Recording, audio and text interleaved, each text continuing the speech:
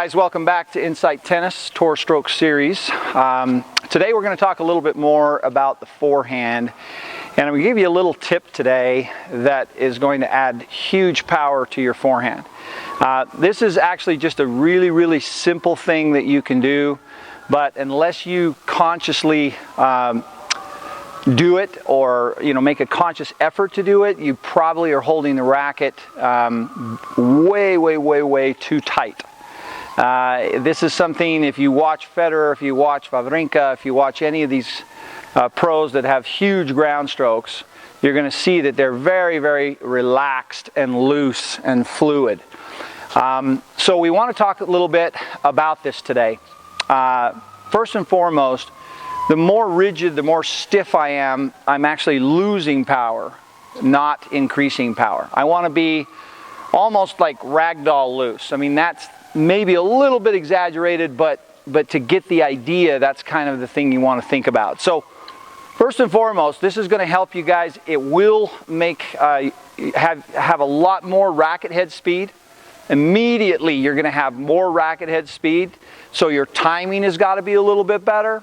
So this is kind of an advanced move to try this, but you're going to take your normal grip, which for most players is a semi-western or somewhere in between Eastern and semi-western. I'm not going to advocate one is better than the other, but however you hold the racket, I do advocate the semi-western grip. What I want you guys to think about, however, is to think about holding the racket as soft as you can in your hands. Even though I'm going to cock my wrist up like this when I'm taking my racket back, you'll see this with all of the pros out there. They have a little bit different variations of how they take the racket back, but they all pretty much have that racket pointing up in the air like this, and they're going to, of course, let go with the left hand, and they're in that good, power position here. And this is one of the key things. Even though my wrist is cocked up like this, it's still nice and relaxed, okay?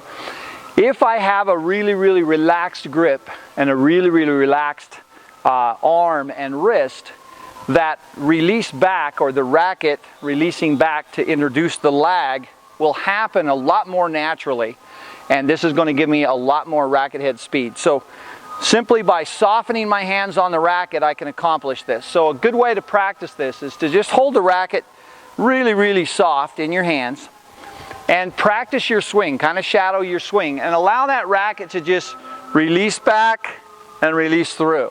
Okay, release back and release through. Release back and release through. And this is a good way to kind of feel this. Nice soft hands, allowing the racket to release back. The coming back to contact, if I have nice soft hands, the racket will naturally release as it's supposed to through the ball. Okay, and this is a product of the momentum of the swing, and that's one of the key things. So again, remember this, guys, soft hands on the racket. You should have this on all of your shots, in my opinion. Soft hands, little squeeze at impact to maintain racket control. Clearly, if the ball's hit harder at me, I do have to be more firm, of course. But by and large, you will squeeze the racket enough if you, as a product of the impact of the ball. So you don't have to think lock your wrist or lock down, just a slight squeeze at contact to maintain racket control. So next time you're out there, think soft hands on the racket.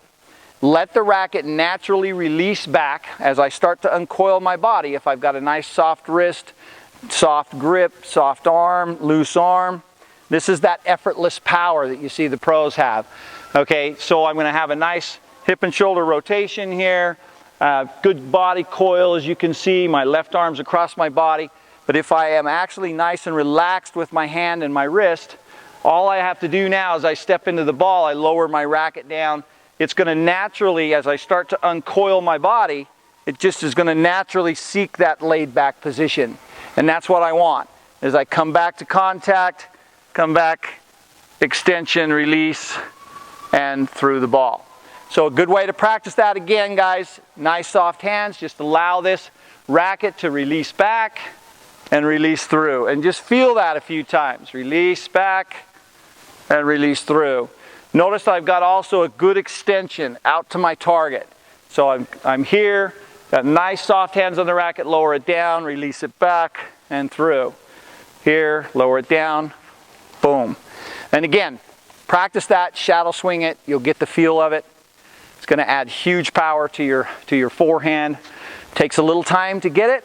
It's going to take some time to practice this, but once you get the timing, boy, you're going to love what you find on the other end of this. The power that you're going to have, the ball just explodes off your racket.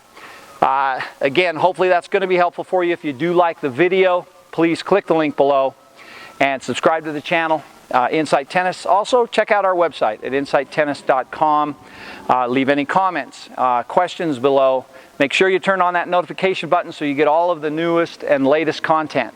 We do have a lot of new videos coming out, a lot of new content, including paid content that will be available on the website.